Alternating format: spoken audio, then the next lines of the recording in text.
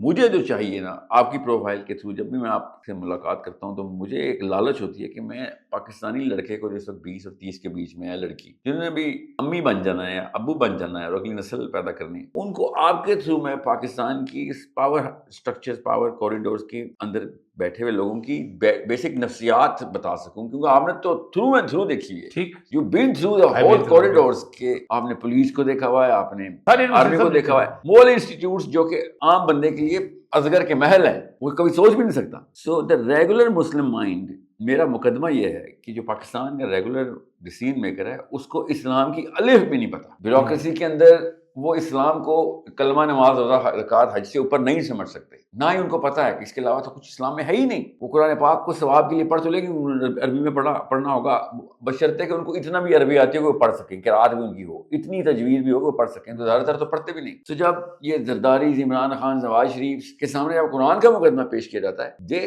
Think کیا تم کوئی brainwashed Osama bin Laden type لوگ ہو جو کہ مینٹلی ڈرینجڈ ہو، تمہارے بیسک وائٹلز ہلے ہوئے اندر سے، کہ تم اسلام کو ایسے معاملات میں کیوں فٹ کر رہے ہو. اسلام کا مطلب ہوتا ہے حج کرو، عمرہ کرو.